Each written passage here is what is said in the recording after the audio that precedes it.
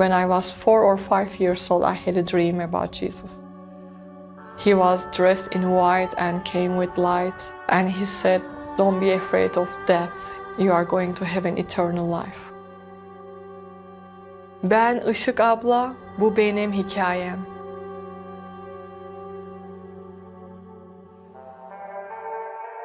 I had a very sad childhood. Financially, we had everything, but we didn't have any peace. We didn't have any love or joy in our family.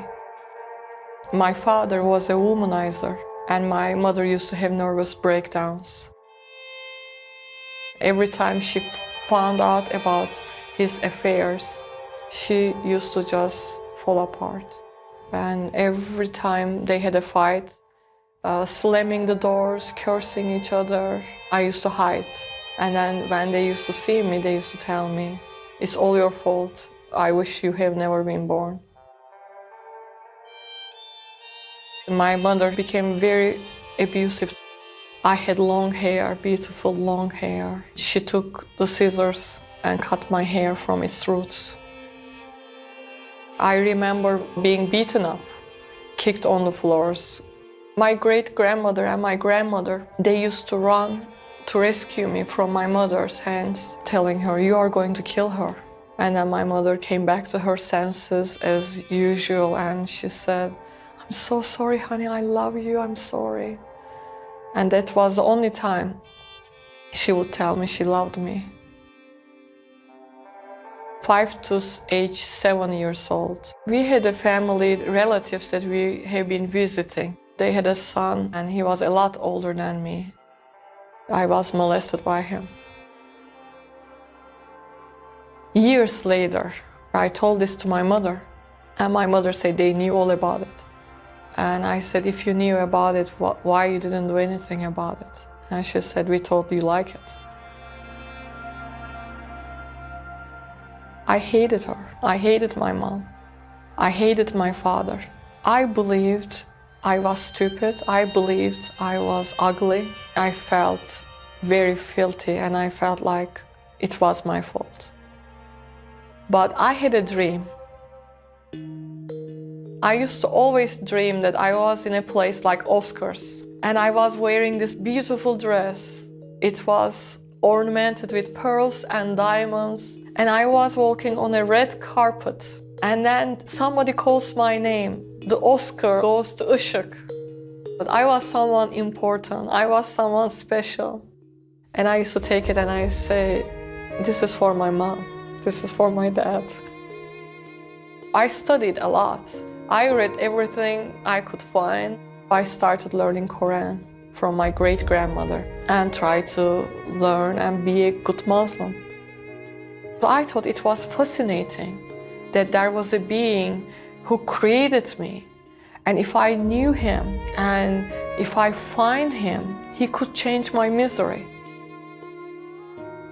I knew that I needed a miracle, but I had no relationship with my God. And no matter how hard I tried, I fasted since I was 7 years old. I prayed 5 times a day. I never heard back from him. So I came to a conclusion, there was God, there was a creator, but he was mean and hateful and always angry. I met this guy at college. I was studying Islamic literature. He was a fanatical Muslim. And I thought we were a good match. I really believed he loved me. I wanted to escape from home. We got married. I remember the first night that I was away from home. I thank Allah for not being there anymore. But another type of abuse started. He started beating me up all the time, every other day. He used to kick me, spit on me, slap me in public, pull my hair. It was acceptable for me because it was in the Quran. He could discipline me. And I used to always find a fault in me. If I behave better, if I am cleaning better, if I am cooking better, I always found fault in me. But then I started finding a relief at workplace. People started telling me I was smart, and I started climbing career ladders in Turkey. The more I became powerful at workplace, the more he abused me to keep me oppressed. One night, he put a knife on my throat and he told me to jump from the 8th floor of a building. I knew that even in the Quran, he didn't have a right to kill me. I decided I'm going to leave. I wanted freedom. I dreamed freedom. I thought America is a free country. I want freedom. American consulate gave me a visa for 10 years. And I bought a ticket, one-way ticket. I got my divorce degree Friday and I graduated from my post-studies in business administration Saturday and I fled to America on Sunday. But it didn't change. It doesn't matter, wherever you go, you take you with you. And I took abuse, hurt, insecure, angry, hateful, miserable woman with me to America.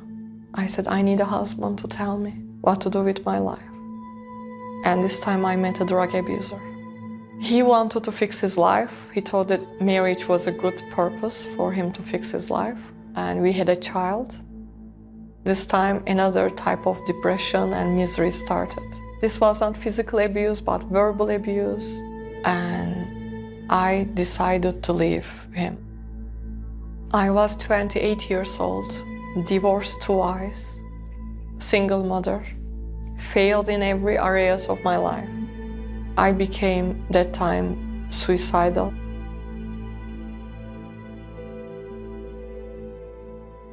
I was working at a Christian company and I had a Christian boss. He was really in love with Jesus.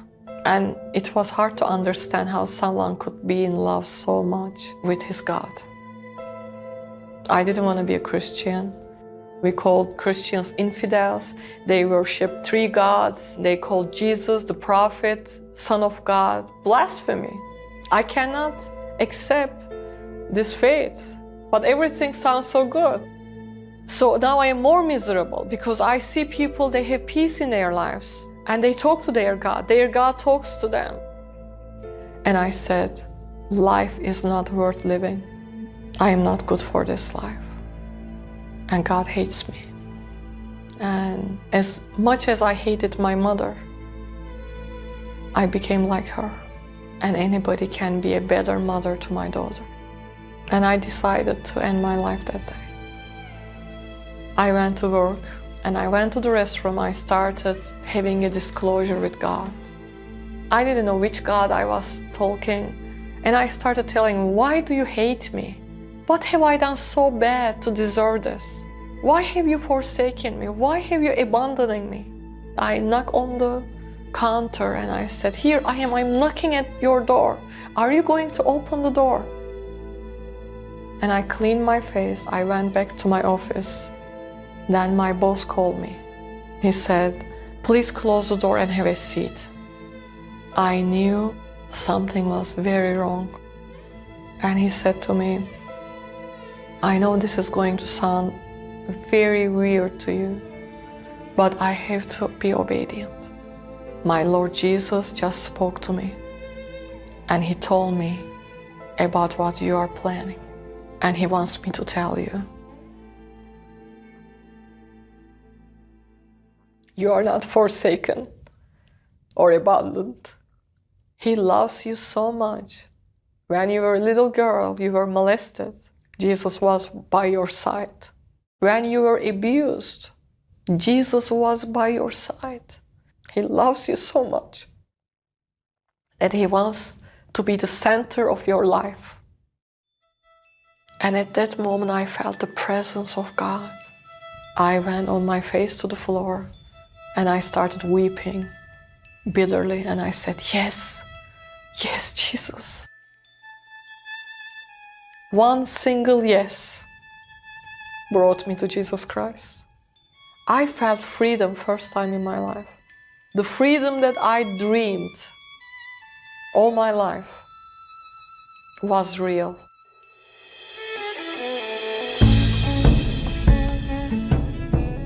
I wanted to run on the streets and kiss everybody. I was like a drunk man going to a bar and saying, all the drinks are on me. And the grass looked greener and the sky looked blue. And my boss allowed me to go and pick up my daughter from daycare.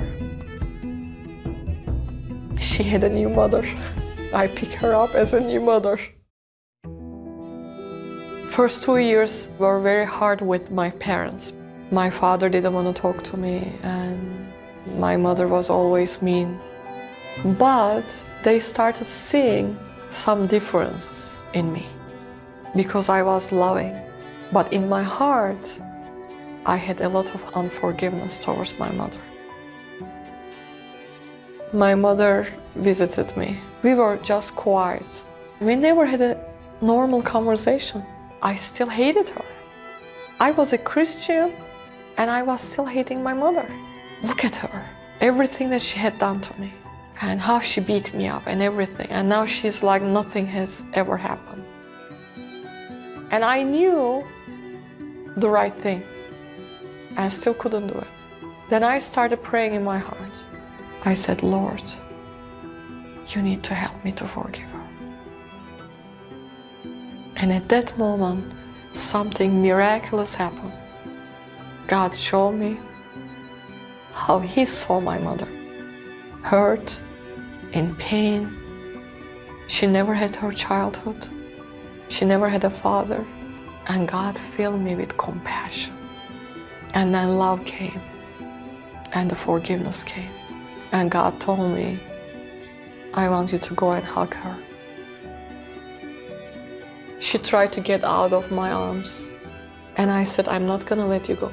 She bursted into tears, started sobbing, and saying, I'm sorry, I'm sorry. And I said, I'm sorry too. I'm sorry for your pain. I always saw my pain, but I never saw my mother's pain. My father, he hated Armenians with all his heart. His family killed 15 Armenians, tied them together and burned them. And my father's family received a gold medal for that from the government. I was going to have a conference in an Armenian church. I said, Dad, I don't want you to come to church. He's like, whatever, I am going to Armenian church with you then, because I'm not gonna let even them to hurt my daughter. Every time pastor is saying something, my father is like mocking. Then the pastor started giving his testimony. His wife and him woke up one morning and their children were dead. They were poisoned by gas. Everybody turned and looked at my father and they pointed my dad to me. And my father was weeping. We came home. He was quiet. My father is never quiet. Then suddenly he stood up. He went to my mother and he kneeled in front of my mother. And he asked her forgiveness. Then he came and he kneeled in front of me. And he asked my forgiveness. And he said, I never heard anything in his life so powerful as he heard in that Armenian church. And after 3 days, when I had my conference, I made an altar call and my father responded to the altar call. And right now, that man who hated Armenians passionately goes only to that Armenian church. There's not a single day I can tell you I dwell in my past. God turned me into a visionary and I live in the future. Sometimes I even miss the present. Today I am happily married to a Christian man and we have an amazing ministry to the Muslim world. My daughter, she is a missionary, she's a youth leader. I mean, it's a perfect example of everything I had done wrong in my life. How God turned into right. Only Jesus can do that.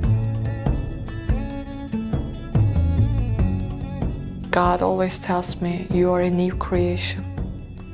You are crucified. It is all gone. Only I live in you. Only this moment. And the future I prepared for you is important. I can thank Him for who I am right now. and who I am going to be.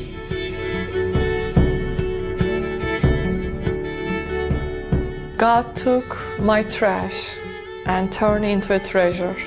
He took my mess and turned into a message. Ben Işık Abla, iyileştim, şifamı aldım ve özgürüm.